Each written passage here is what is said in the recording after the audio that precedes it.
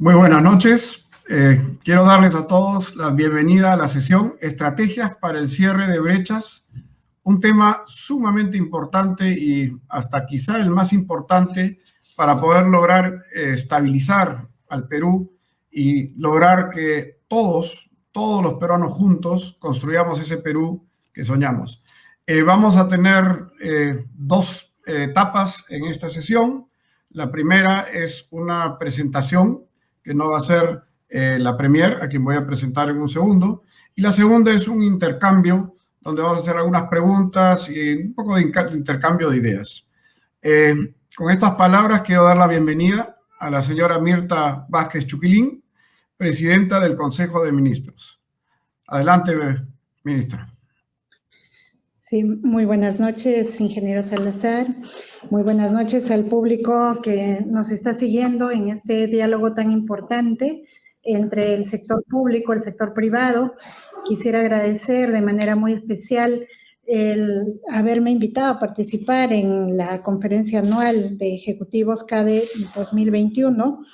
Este evento que permite recoger las voces del empresariado peruano y reconocer también el rol que juegan en la construcción de un país no solamente más desarrollado, sino más justo, más igualitario.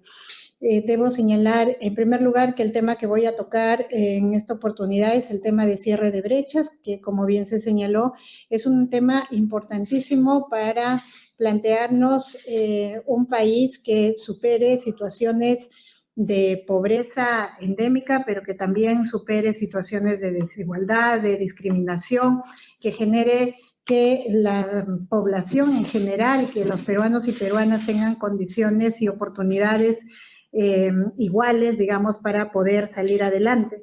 Yo quiero mencionar que el tema de cierre de brechas es un tema fundamental que se plantea este gobierno. De hecho, está dentro de la política general de gobierno 2021-2026 que ha sido publicada en el Diario Oficial El Peruano y en varios puntos, puedo mencionar el punto 1, 4.1, 2.2.4, 2.3.4, digamos, para mencionar los ítems nada más donde se hace énfasis en el tema del cierre de brechas.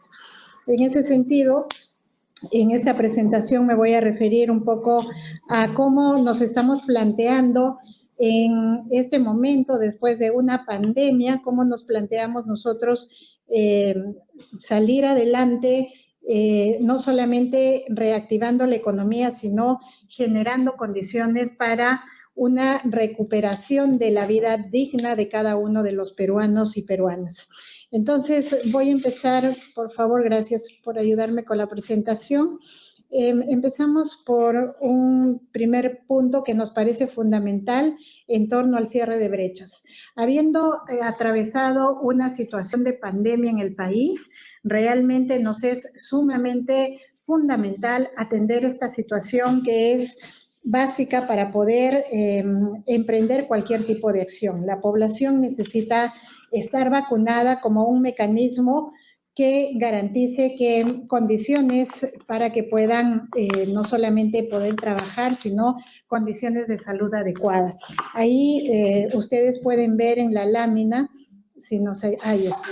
En la lámina nosotros ponemos algunos avances en el proceso de vacunación que son bien significativos. Yo quisiera que esto se pueda valorar porque, miren, allá donde hace un año ni siquiera nos planteábamos la posibilidad de tener un país con, digamos, este tipo de, al alcance, digamos, que tenga al alcance una vacuna que haga frente a esta pandemia, pues ahora tenemos una población en edad de vacunación que en el 75.6% tiene por lo menos una dosis de la vacuna.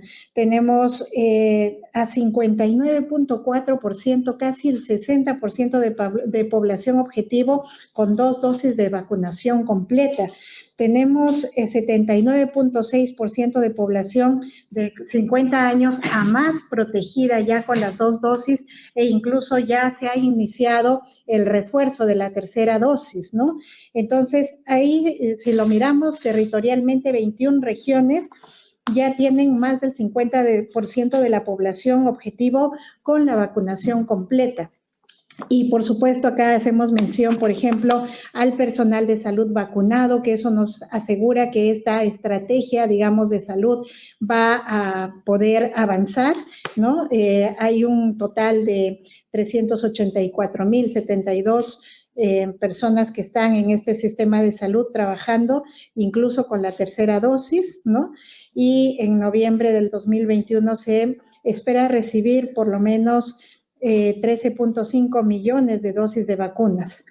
Entonces, son algunas cifras que yo quiero compartir, incluso anunciar que ya tenemos previsto que a partir de enero los menores de 5 años, los menores de 11 a 5 años, ya empezarán con el proceso de vacunación, que eso es fundamental, es un elemento también que ayudará para el tema de el retorno seguro a clases, ¿no? Vale la pena indicar, y ahí lo mencionamos, que dentro de las estadísticas, Perú es el 5º país de Sudamérica con mayor cantidad de vacunados por población absoluta, y eso es un gran avance que creo que tenemos que valorar a pesar de las críticas y de las circunstancias que hemos atravesado. Esto es sumamente fundamental. En cuanto al tema de salud, también queremos decir que si queremos cerrar brechas, tenemos que garantizar que la población tiene un acceso universal a la salud. Y ahora lo que nos ha demostrado la pandemia es que tenemos un sistema de salud fraccionado, dividido, que juega en contra de las atenciones no solamente eficientes, sino atenciones de calidad. Y eso es un tema que creo que hay que abordarlo, por eso es que en este gobierno nos hemos planteado trabajar un tema que yo sé que es un tema complicado, complejo, pero que queremos abordarlo de manera seria. ¿Cómo caminamos hacia la unificación del sistema de salud? Y eso significa que sea un sistema universal, que nos lleve a un sistema gratuito, que nos lleve a un sistema descentralizado, participativo. Eso, y en términos concretos de los sistemas que existen, tenemos que plantearnos cómo los unificamos. Entonces, es importante, digamos, caminar en esta reforma, porque creo que eso nos va a garantizar de que si esta pandemia sigue o si este país enfrenta situaciones de salud, digamos, similares, pero además, si es que, digamos que en nuestro país queremos aumentar la capacidad para poder atender a la gente y que toda la gente tenga un sistema de salud que le responda en cualquier circunstancia, entonces tenemos que caminar hacia esta reforma. Y luego podemos decirles que un tema fundamental en el cierre de brechas ahora está referido al tema de educación, y también habiendo atravesado la pandemia, tenemos un gran reto. ¿Cómo es que habiendo suspendido casi 2 años las clases presenciales, cómo es que garantizamos en este año que viene, el 2022, que ya faltan pocos meses, el retorno del 100% de los estudiantes a las aulas, ¿no?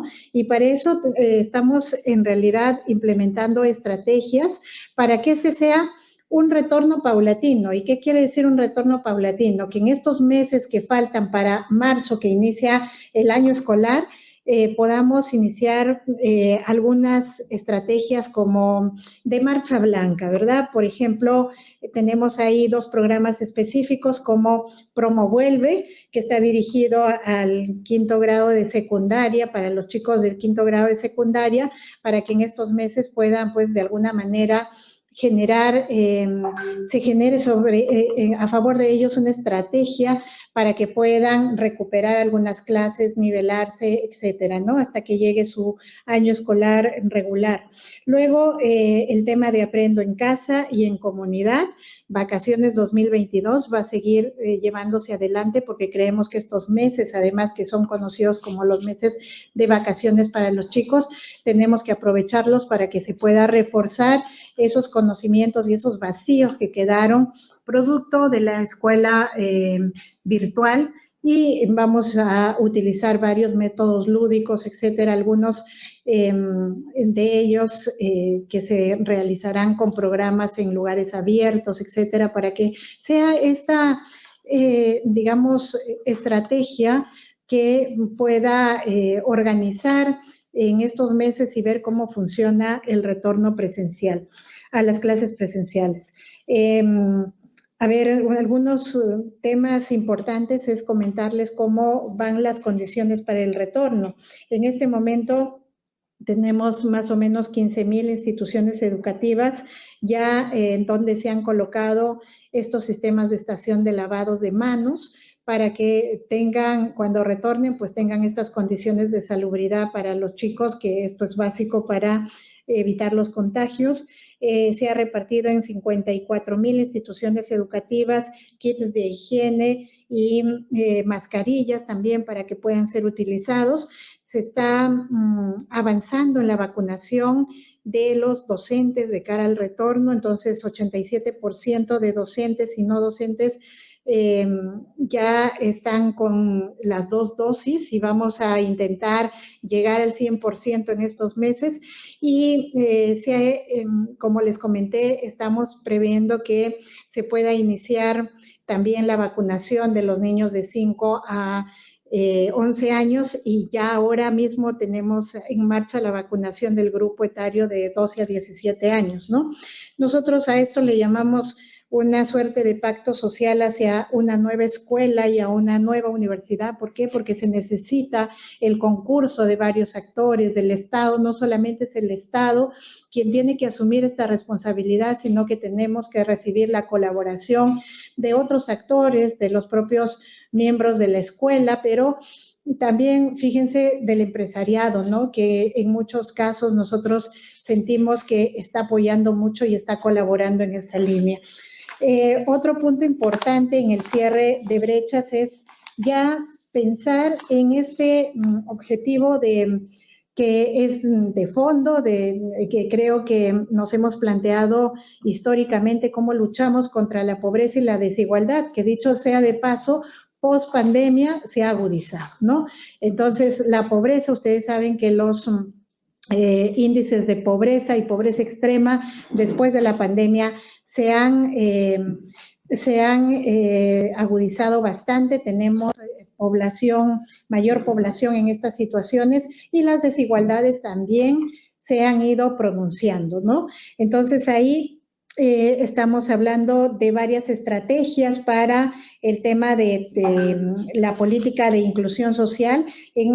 Fíjense, históricamente en el gobierno hemos tenido varios programas de asistencia para población pobre y en extrema pobreza. Los programas normalmente estaban focalizados y estaban dirigidos a determinadas poblaciones con ciertas características. Después de la pandemia nos tenemos que replantear cómo estos programas no solamente funcionan de manera mucho más articulada, sistémica, transversal en diferentes poblaciones, teniendo en cuenta la estrategia de gestión territorial, sino que además tiene que tener prioridades para nosotros. Por ejemplo, la prioridad es la infancia, asistencia a niños, niñas y adolescentes, y entonces ahí estamos buscando que todos los programas trabajen de manera articulada. Pensión 65, donde pensamos ampliar, digamos, este programa para más adultos mayores, el programa Juntos, que tiene que también ampliarse a otros sectores porque estaba focalizado en ciertos sectores de extrema pobreza, el programa País, Cuna Más, Contigo, Jaliwarma, Ollas Comunes, que ahora tiene que entrar este programa que antes solamente incluía comedores populares, ahora estamos iniciando un registro unificado de ollas comunes y comedores populares para saber cómo atendemos además estos programas con, digamos, a este tipo de cómo damos asistencia además con los demás programas de manera articulada. Y a eso agregamos el tema de Yanapay, que son los bonos, y estos bonos en realidad, mucha gente dice son asistenciales en este momento, son sumamente importantes.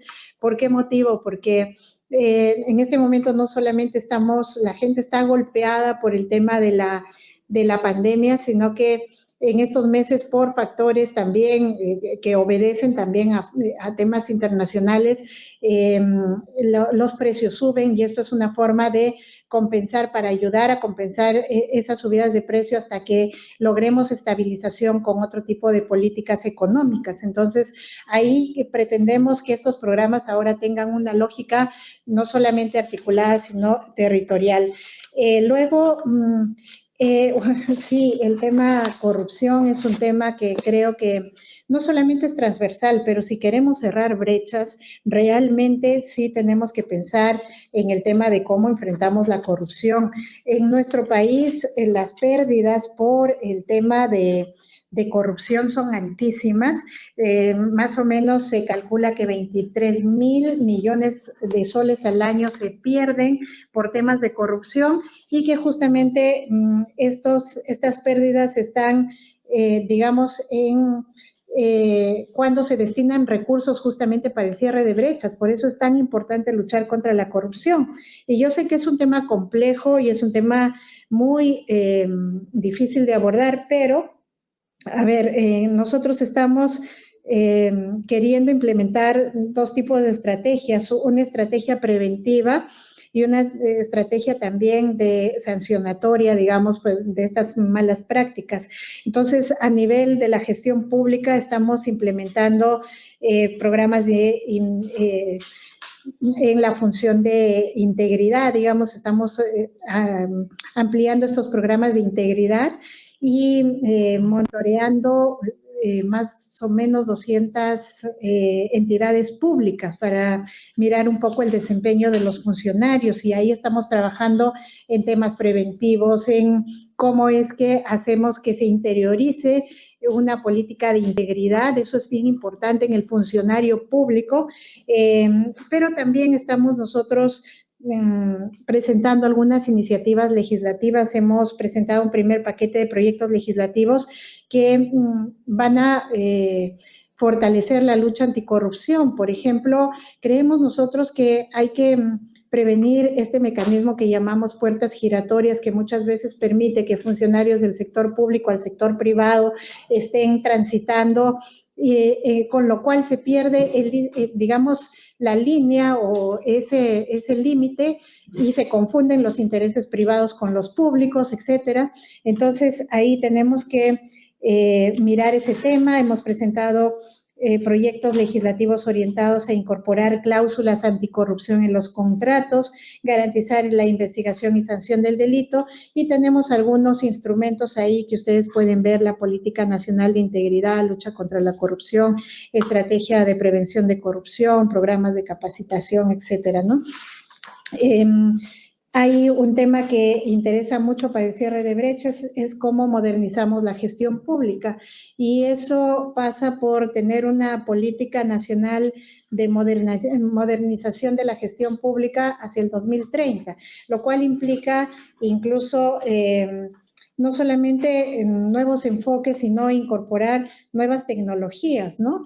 Entonces, lo que tenemos que, pasamos, porque estoy, creo, con los tiempos, lo que les quería mostrar es que dentro de esta política nacional de modernización de la gestión pública, estamos pretendiendo generar un Estado predecible y facilitador de negocios, que ese es un tema importante, creo que le interesa también al sector privado, porque hay que consolidar una reforma, por ejemplo, de calidad regulatoria, para que todos sepamos cuáles son las reglas bajo las cuales este Estado funciona, estandarizar trámites, sobre todo en gobiernos regionales y locales, para hacer posible que la gestión pública sea eficiente. También dentro de la modernización de la gestión pública les decía que tiene que ver mucho el tema de la transformación digital. Nosotros tenemos que caminar como país hacia un modelo de Estado, de gestión pública, utilizando una serie de mecanismos que son, digamos, de nueva generación. Entonces, ahí eso nos ayudará a optimizar el Estado, articular instrumentos de gestión, promover innovación pública, ¿sí? ¿Y cómo lo estamos planteando? Por ejemplo, estamos generando toda una estrategia para implementar el tema digital en varios aspectos. Hemos firmado incluso un convenio con Corea para instalar un centro innovativo, digamos, donde nos puedan transferir tecnología para una serie de cosas, pero en el tema de gestión pública, ahora concretamente estamos creando estos centros que le llamamos MAC y MAC Express a nivel nacional, que son como centros digitales donde se podrá hacer trámites diversos y el ciudadano podrá utilizar la tecnología para hacer varios trámites en un solo lugar. Pasamos en el tema de encadenamiento productivo de las MIPE, que es muy importante. Digamos que este sector es fundamental para la reactivación económica y ahí tenemos planteados varias propuestas, digamos, el Programa Nacional Tu Empresa, Sociedad por Acciones Cerradas Simplificadas, Programa Nacional Compras MIPE Perú, Ley de Cooperativas. Las menciono rápidamente porque, bueno, el tiempo no nos permite extendernos mucho, pero tal vez luego podemos ampliar. El programa Reactiva Perú, vamos a seguir con el programa Apoyo Empresarial de MIPES, Programa de Emergencia Empresarial, Fondo MIPE Emprendedor, Fondo Mujer, ¿no? Con enfoque de género, etcétera, que son ese tipo de procesos.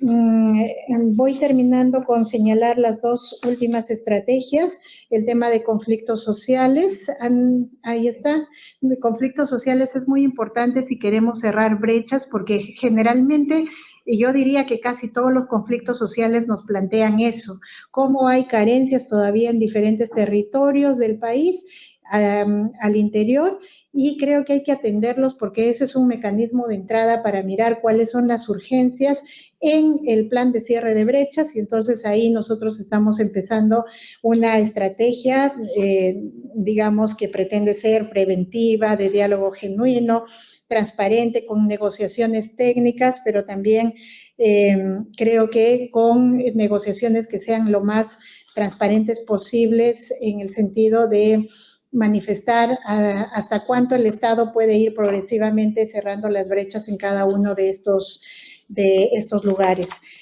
Finalmente, es importante en el cierre de brechas consensuar con otros poderes y otros actores, y creo que uno de los actores fundamentales donde apuntamos poder generar, digamos, por lo menos creo que una situación de entendimiento para fortalecer la gobernabilidad es con el poder legislativo, y creo que ahí tenemos que reconocernos no solamente como poderes independientes, sino como poderes que pueden colaborar y pueden complementarse más que enfrentarse, que eso nos permite avanzar en políticas, en normas que puedan ayudar a la población, y también otros actores. Creo que hay que consensuar en diversos niveles, por eso nosotros hemos reinstalado ahora el Consejo Nacional del Trabajo para que hayan estos diálogos tripartitos, el Estado, los privados, la sociedad civil, y que entremos en un proceso realmente donde podamos reconocer que es necesario ahora más que nunca y fundamental sumar esfuerzos. Yo sé que el tiempo se me ha acabado, agradezco muchísimo la oportunidad y quedo atenta a las preguntas. Bueno, muchas gracias, señora Premier. Yo me gustaría profundizar un poquito con el tema del Consejo Nacional del Trabajo y llevarlo como un ejemplo de lo que quizás se podría hacer también en la lucha contra la corrupción y en realidad en la mayoría de los temas que usted ha tocado. ¿Cómo ve que podríamos apoyarnos, digamos, mutuamente, Estado con sector privado, con sociedad civil, por ejemplo, en la lucha contra la pobreza? Creo que ahí hay un tema muy importante que mencionó hacia el final de su presentación, esa parte, que es cómo hacemos, porque estos son programas que ayudan en este momento, pero tenemos que lograr, digamos, que se gradúen. Y creo que ahí hay un trabajo que deberíamos hacer conjuntamente, ¿no? ¿Cómo están pensando eso? Sí, efectivamente, a ver, creo que ahora lo fundamental, después de una crisis como la que estamos atravesando en el país, el gran reto es cómo dialogamos entre actores y por eso hay que abrir espacios. Nos parece que hay que abrir espacios en diversos ámbitos o en diversas materias, seguramente. Por ejemplo, el Consejo Nacional del Trabajo es una de las materias que nos permite sentarnos a dialogar entre los diferentes actores, ¿no? Y lo importante ahí yo creo que es, en primer lugar, empezarnos a reconocer como actores que desde sus roles hacen un aporte fundamental para el Estado, ¿no? Yo creo que muchas veces hemos practicado esta mala política de descalificación del otro, ¿no? Entonces, por ejemplo, los gremios, los trabajadores están a un lado, los empresarios al otro y entre sí muchas veces se están descalificando y mirando como absolutamente antagónicos. Lo que hay que lograr es que vernos como actores complementarios y que cada uno contribuye de manera significativa. Creo que el reconocimiento del actor es importante en el diálogo y luego sincerar, digamos,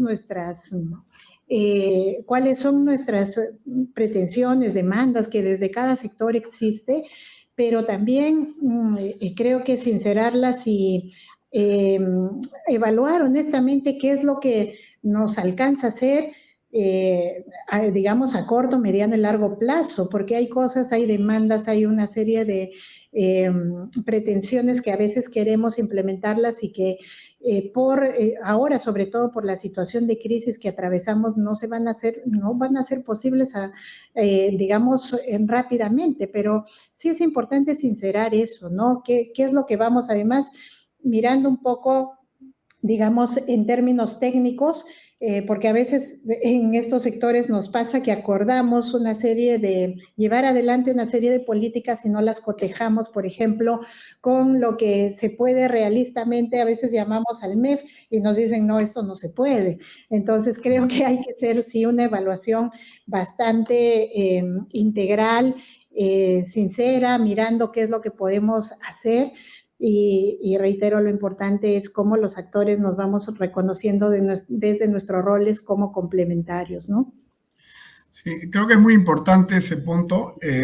También, si analizamos la lucha contra la corrupción, con la modernización de la gestión pública y hablamos también de la micro y pequeña empresa, creo que hay mucho por trabajar conjuntamente. Y explico, uno de los grandes problemas que tiene la micro y pequeña empresa es que se encuentran con un Estado que no los entiende, que no sabe administrarlos, que no sabe, inclusive donde se presta para muchos abusos. Una pequeña bodega le cae a la municipalidad y empieza a pedirle una serie de requisitos complicados que muchas veces no tienen sentido. Es bien importante esto y no sé si sería posible o si lo tienen pensado, generar mesas de trabajo conjuntas. Justamente yo escuchaba al ministro de Economía hablando de donde aprieta el zapato, ¿no? Donde la micro y pequeña empresa puedan explicar dónde les aprieta el zapato. Y nuevamente, como digo, apoyándonos en el concepto del Consejo Nacional de Trabajo, ¿no? No sé si han pensado en algo así. Sí, justamente cuando hemos retomado las reuniones del Consejo Nacional del Trabajo, estuvieron presentes representantes de MIPES, ¿no? ¿Y por qué los invitamos? Porque la idea es que se incorporen también a estas dinámicas donde están, digamos, los sectores del Estado, el sector privado también, ellos son el sector privado, pero sí hay la idea de trabajar específicamente con ellos de manera focalizada, porque el tratamiento con ellos no puede ser lo mismo que una gran empresa. Y justamente ellos manifestaban, ¿no? Nosotros como pequeños empresarios en realidad tenemos necesidades diferenciadas, incluso para la formalización. Encontramos un Estado totalmente digamos, burocrático, que no nos ayuda, que además hemos generado un temor a la formalización. Entonces, creo que ahí hay que trabajar mucho, entendiendo además las realidades que hoy mismo se presentan, teniendo en cuenta que gran sector de esto ahora ha migrado a la informalidad. ¿Cómo hacemos? Tenemos que tener políticas muy creativas para volverlos a la formalidad. Es un gran reto, pero tenemos toda la voluntad de trabajar este tema, ¿no? Y ahí quisiera hacer una pregunta también en el tema de encadenamiento productivo, ¿no? Donde la micro y pequeña empresa se pueden conectar con la mediana y gran empresa. Y ahí voy a dar un ejemplo, ¿no? La mediana y la gran empresa tienen muchas veces miedo de contratar a la micro y pequeña empresa porque justamente hay temas regulatorios, hay temas justamente hablando de la regulación del Estado, donde hacen responsable a la mediana y gran empresa de lo que puede hacer la micro y la pequeña empresa. Y esto genera un tema de, como una pared, digamos, donde no permite a la micro y pequeña empresa contratar bien con la mediana y la gran empresa. Por eso yo sugería este tema de las mesas. Creo que es bien importante entender cómo funciona toda la cadena y integrar a la mediana, a la grande, a la micro, a pequeña, al Estado, para poder discutir todos estos temas conjuntamente. No sé cómo están viendo ustedes eso o cómo creen que podría funcionar eso. Creo que es fundamental lo que usted plantea, don Luis, porque creo que primero hay que sentarnos en las mesas técnicamente a mirar y a entender incluso cuál es la dinámica de la pequeña empresa, de la mediana empresa, de la gran empresa. Creo que es básico el entendimiento.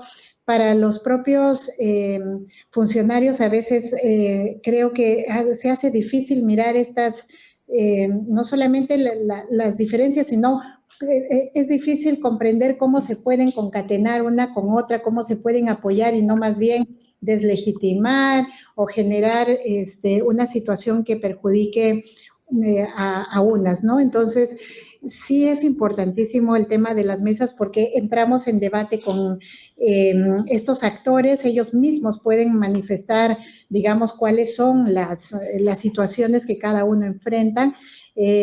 Nos parece básico eso, por eso estamos pensando en que eso es una de las medidas urgentes que hay que implementar ahora, sobre todo si queremos plantear todo este tema de la reactivación económica que tiene que hacerse en los tres niveles, digamos, con la gran empresa, con la mediana, pero también con la pequeña y con los que están en situación de informalidad, ¿no? Totalmente de acuerdo. Hablando del regreso a clases, que creo es un tema también muy importante y sobre todo los niños, y esto va amarrado también al plan que hablan de, ¿cómo se llama? Primera infancia, creo que es con la gestión territorial de la primera infancia, primero la infancia, perdón, en la lucha contra la pobreza. ¿Cómo están viendo ustedes esta gestión territorial para poder lograr, digamos, ese regreso a clases presenciales, ¿no?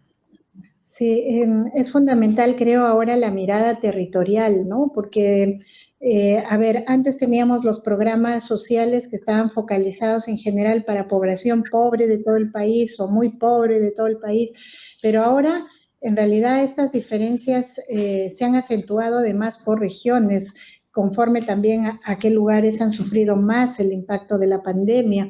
Y también tenemos que entender que hay poblaciones más vulnerables, la niñez, por ejemplo, es más vulnerable ahora mismo. Por eso es que los esfuerzos están enfocados más en la infancia y lo que se va a hacer es que por regiones se va a identificar cuáles son digamos, cómo está el nivel no solamente de pobreza, sino, por ejemplo, cuántos niños tienen problemas con anemia, cuántos niños dejaron de ir a clases o se retiraron, desertaron. Hay muchos que han desertado del sistema educativo porque había falta, pues, de recursos económicos, por ejemplo, para adquirir incluso un celular donde puedan escuchar las clases.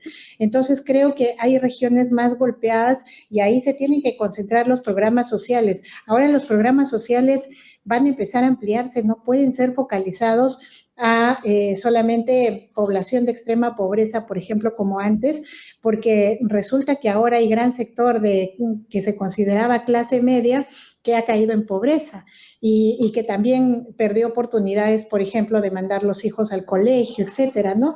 Entonces ahí se tiene que mirar más con este enfoque de territorio, llevar todos los programas que tenemos al alcance, que trabajen de manera articulada, porque otra cosa que no puede pasar es que los trabajos digamos, de los programas juntos esté por un lado, Cuna Más por otro lado, el Yanapay, digamos, el bono se piense de manera desarticulada, todo tiene que estar, estamos trabajando para una mirada más bien transversal con todo, ¿no?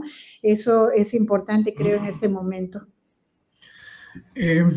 Sobre la reforma del sistema de salud, cuando se habla de la unificación, ¿cómo es que están mirando ustedes el trabajo con el sector privado, ¿no? Porque en el sector público hay diferentes sistemas y está el sector privado. ¿Cómo están viendo ese tema? ¿Cómo lo están evaluando? Ese es un gran reto, ¿no? Porque en principio, a ver, nosotros en el sistema público, digamos, tenemos ahora el sector salud sectorializado, podríamos decir, tenemos salud, tenemos el MINSA, trabajando, digamos, cada uno por su lado.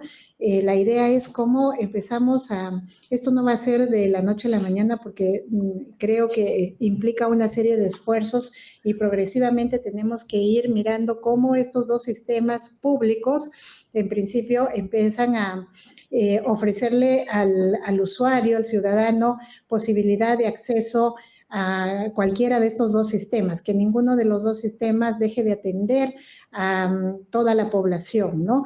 Pero eso además tenemos que mirarlo como usted propone con el sistema privado, porque tenemos las clínicas, tenemos todo un sector privado que da servicios de salud, que tenemos que pensar también cómo se insertan y cómo complementan, porque hay todo un temor, ¿no?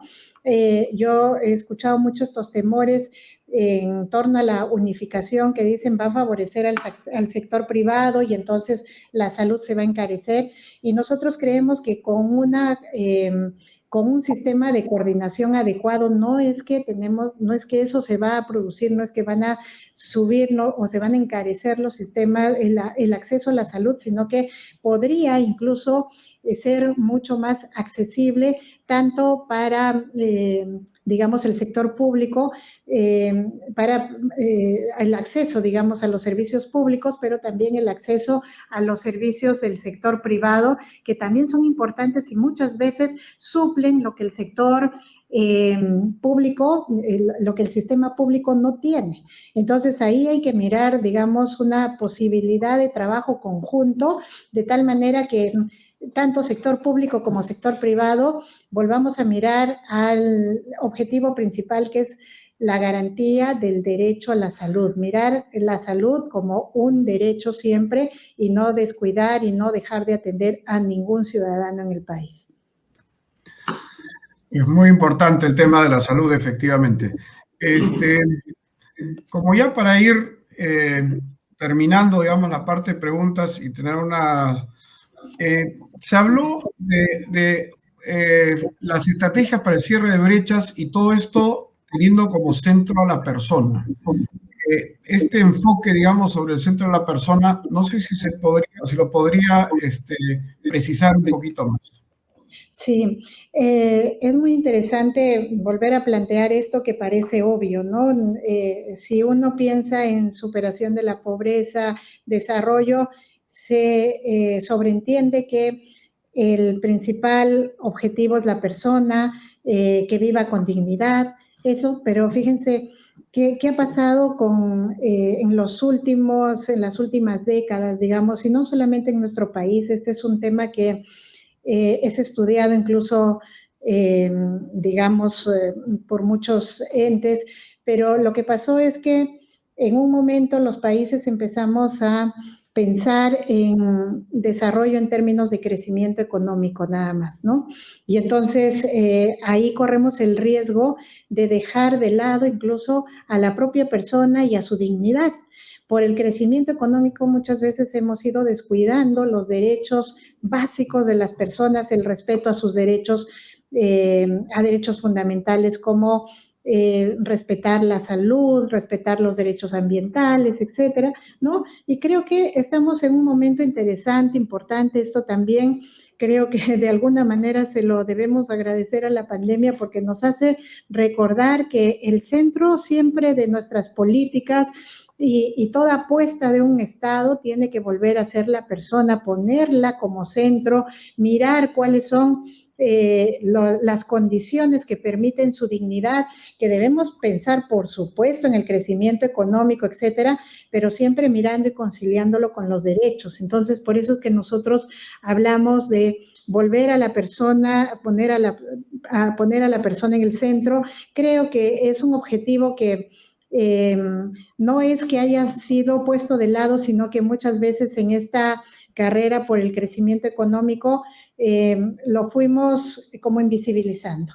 Hay que volvernos a recordar el centro de toda política, el centro de toda acción de un Estado con todos sus actores, tiene que volver a ser el ser humano, la persona, su dignidad y condiciones para que realmente puedan vivir en situación de igualdad, porque también hemos creado muchas brechas de desigualdad y discriminación que tenemos que apostar a superarlas.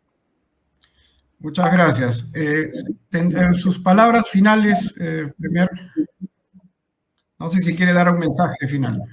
Sí, solo un mensaje final. Miren, yo valoro mucho estos esfuerzos que se hace desde el CADE, digamos, porque son espacios también de encuentro, lo que decía al principio, ¿no? Creo que una de las estrategias claves en este momento, si queremos caminar hacia la superación de los problemas que tenemos como país, es volvernos a encontrar, volvernos a reconocer como actores importantes, con roles seguramente diferentes, pero fundamentales para el desarrollo de nuestro país. Y yo quiero agradecer a CADE porque nos permite estas reflexiones, estos encuentros, enfrentar también los prejuicios que tenemos muchas veces, dialogar sobre cuáles son los mecanismos más adecuados, que ustedes nos escuchen qué planteamos nosotros como gobierno y nosotros escucharlos también, qué se plantea desde el sector empresarial, que ha sido muy importante para el país. Yo creo que en este momento yo quisiera hacer un llamado a que sigamos promoviendo estos debates y estos reencuentros entre actores y bueno, además creo que animar a quienes participamos aquí a volver a sumar esfuerzos, que en este momento lo que necesita el país es sumar esfuerzos y además que con nuestras conductas desde los empresarios, por ejemplo, desde su rol, nosotros como funcionarios públicos, hagamos pedagogía de que se puede transformar este país, ¿no? Con cada una de nuestras acciones y nuestros aportes. Muchas gracias por invitarme.